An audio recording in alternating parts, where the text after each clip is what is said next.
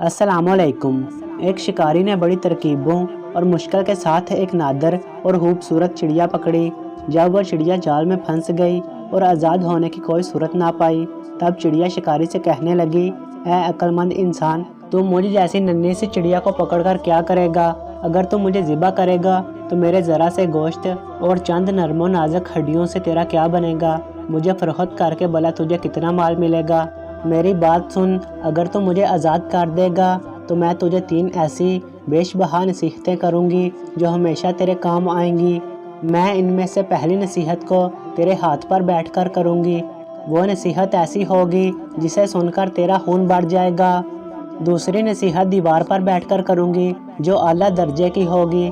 तीसरी नसीहत दरख्त की शाह पर बैठकर करूँगी।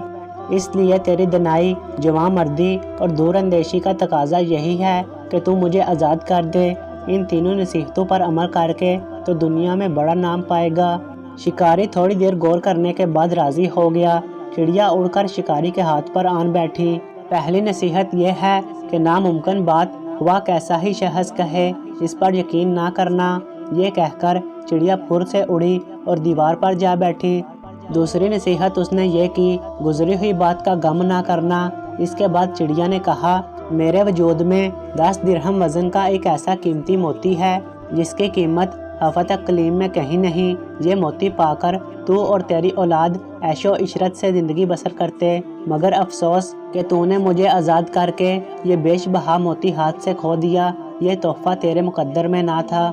इतना सुनना था कि शिकारी रोने, चिल्लाने और मातम करने लगा जैसे इसका कोई अजीज़ मार गया हो।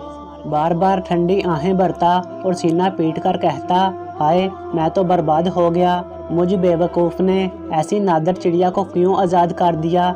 नन्ही सी जान ने मुझे हथेली में जन्नत की झलक दिखलाकर लूट लिया। शिकारी जब रोद हो चुका तब चिड़िया ने कहा, ऐ बेवकूफ़, मैंने पहले ही तुझे नसीहत कर दी थी कि गुजरी हुई बात का गम नहीं करना चाहिए।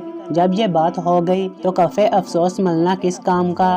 दूसरा चिड़िया ने कहा, अरे नादां, तूने मेरी पहली बात गौर से नहीं सुनी थी। मैंने कहा था कि नामुमकिन बात का हरगज़ यकीन नहीं करना चाहिए, हवा वो कैसी ही क्यों ना हो। ज़रा सोच तो सही, मुझ जैसी नन्ही सी जान का पूरा वजूद 3 दिरहम वज़न से ज़्यादा नहीं है, भला 10 दिरहम वज़न का मोती मेरे वजूद में कहाँ से आ गया? ये बात सुनकर शिकारी रोना धोना भूल गया। हैरत से चिड़िया को तकने लगा और कहने लगा, बेशक तो ठीक कहती है। फिर शिकारी कहने लगा, ऐ नाजुक बदन चिड़िया, मेहरबानी करके वो तीसरी नसीहत भी करती जा। चिड़िया ने कहा, अरे भाई, तूने मेरी 2 नसीहतों पर कौन सा अमल किया जो तीसरी नसीहत भी मुझसे सुनना चाहता है? वो कीमती नसीहत तुझ जैसे इंसान के लिए नहीं है। और दिमाग और जहल को कोई नसीहत करना ऐसा है जैसे बंजर ज़मीन में बीज डालना।